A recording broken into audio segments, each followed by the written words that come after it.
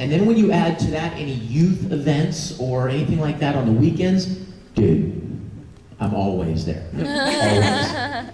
I mean, like when I wrote my address down, it was the church address, I mean, as my home. Always there. And even when my grandfather decided to start a Christian school in our church, I was student number one. I was in the school there. And you know, my mom was so eager to have me attend there. We lived like, what, 20 miles in the opposite direction of the church, and she would have to go that way 45 miles to work every day. Oh my God. And school was 25 miles the other way. So I actually lived with my grandparents when I went to the Christian school there, because I would drop right into the school with my grandfather. So here's me every day of the week now at our church in Christian school. Open Door Christian Academy. Da-da-da. We had our little ties with flags on them, you know? You guys ever seen those? Yeah. It was a navy blue tie, and it had red and white stripes on it, and it had a Christian flag and a cross. Christian flag, cross. Christian flag, cross. And yeah, so I was doing the deal. Do you have the picture in your mind of little skinny Victor? Always there. I have countless trophies from winning Bible memorization contests. We would have these contests and these events where in a week you see how many verses you can memorize. And I always won. I mean, I'd memorize 200 verses in a week, you know, and both them. King James, by the way. Oh my God. The hard stuff. Therefore thou shalt, you know, that kind of stuff. Whithersoever. That was always a good one. But I want you to get the picture of this kid. He knew all of it. He had it all figured out. So one day I was 13 years old, and I was in school, in my Christian school, and on Wednesday afternoons at our school, we had a chapel service. And different people would speak, whether it might be my grandpa even, or it might be the youth pastor, or it might be one of the teachers, and they would give a little chapel service. So this particular day, John Ferguson was speaking.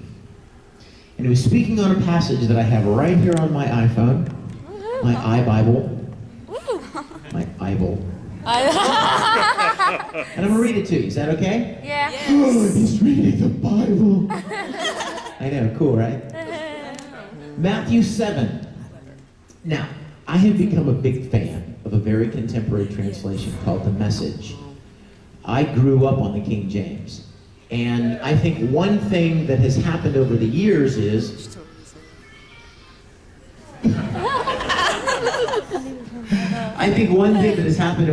especially with this generation, is, you know, that King James stuff, you know what I mean? Oh, yeah. It just doesn't sound like the way we talk anymore. And it could be telling you something very powerful and very emotional, and it just falls flat because it doesn't sound like we hear things.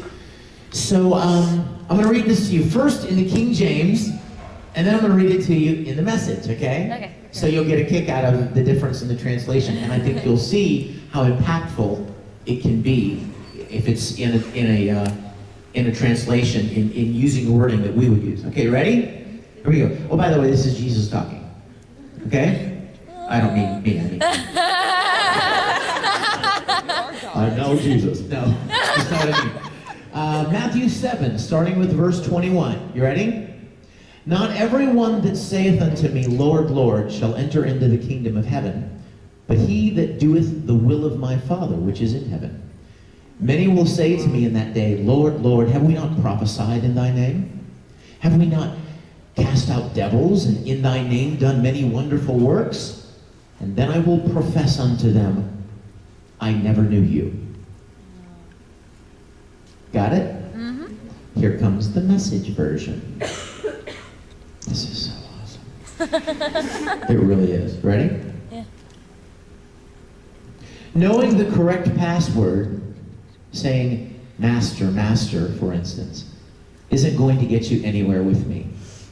What is required is serious obedience, doing what my Father wills. I can see it now.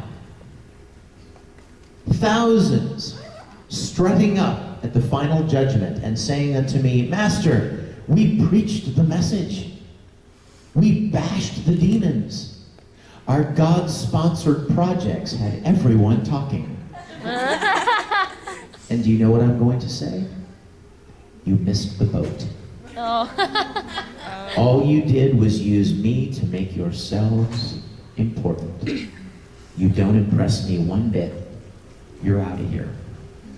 Wow. That is awesome. Hear the difference? Uh-huh. It's the same thing. It's just worded in a way that We understand. makes much more impactful sense in these days. So, John Ferguson spoke on that passage, and his whole lesson was centered around the idea of people that grew up in church, like me. And they memorized all the Bible verses, and parents served in the church, and they went to Christian school, and they had short hair, and they didn't listen to rock and roll music, and they didn't do this and that, and they did this and that, and they met all the requirements, but they had never made a decision for themselves to accept God's gift of salvation. They were, in effect, riding on the coattails of their family. You with me? Mm-hmm. I'm Catholic because my parents were Catholic. How many people, when they fill out a form and it says religious affiliation, and they don't even have one, but they'll put down something because that's what their family is, right? Oh, my parents were Presbyterian. I put that Presbyterian. But ask them what the tenets of being a Presbyterian are, and they would know. I mean, they don't really know. And so I had come to the belief that because my mom played the piano in church and my grandfather was the pastor, and I went to Christian school, and I memorized hundreds of Bible verses, and I knew the name of Abednego, that I was going to I was cool. I was in. And John Ferguson spoke about what a sad day it was going to be when people stood before God, just like me, and said, hey, look at all the stuff I did. I did this, and I went there, and I did this, and I went there, never did that. And God's going to say, you know what, I'm sorry. I don't know who you are. I mean, you never reached out for a relationship with me. It doesn't mean that God doesn't know you. It means that you never reached out for a relationship. And I realized that I had been kind of, I'd been kind of cruising along on my grandfather's reputation. And I remember sitting there at 13 years old thinking, imagining myself standing in front of God one day and going, you know who my grandfather is, right? And God saying, sure. Bob Nitz? Oh, yeah. Yeah, I do. And, right, you know my mom, right? Oh, Barb? Sure, absolutely. Well, God, I mean, I memorized like 600 verses, right? Yeah, I know that.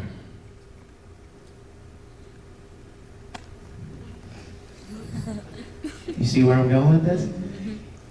None of that mattered. And I realized that I had never for myself accepted that free gift that is the foundation of a relationship with God. Now, I want everybody in the room to notice that I didn't say Catholic or Baptist or Episcopalian. I can't even say that word without making it lofty. Episcopalian. It's such a cool word. Wesleyan Methodist. Charismatic. Pentecostal. Did you notice? I'm not talking about any of that stuff. Those are all man-made words. They quite honestly, forgive me, I don't mean to offend, mean nothing to God. Nothing. Nothing. You know what means something to Him? You. You mean something to Him. You personally. And so many So many people and so many religious organizations have made it so much more about the religious organization than about you. It's been lost. And suddenly there is developed a list of rules and regulations by which you come into God's good graces. If you don't hear anything else I say to you today, listen to this. You're already in His good graces. Do you hear me? Right. You hear what I'm saying? You like to wear anime costumes? Cool. You like purple hair? Cool. You like piercings? Cool. God is not concerned with any of that. I promise you. He loves you. Inside. You. The you that's you. Not how long you wear your hair, not whether you like anime, not whether you like to wear goth clothing. That's not important. And one day everyone's going to realize that. They're going to realize that God was nuts about you. He just wanted to be close to you, and there were no conditions. It wasn't about what kind of music you chose to listen to. It wasn't about how you voted. There are much deeper things involved here, you guys. Way deeper things than that. These little things that we make religion dependent upon, those things are going to be gone before you know it. And you know what's going to be left? Just you and Him. So I heard this lesson, this chapel message, and I thought, wow, this that hits me, that resonates with me. And I took it with me back to class that afternoon. I really struggled with it. I thought, is it possible that I could just about live in church and not really know God? Is it possible that I could memorize all of those verses and not really know Him? Very much so. Very much the same way I could read an autobiography about General Custer, but I don't know him. I could learn the facts, but never really know Him. But as is often the case, if you let enough time go by when you're feeling something like that, it kind of dies off, right? You kind of resist that pull, and you busy yourself.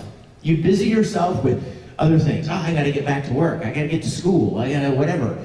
And the next thing you know, I don't feel that weight anymore.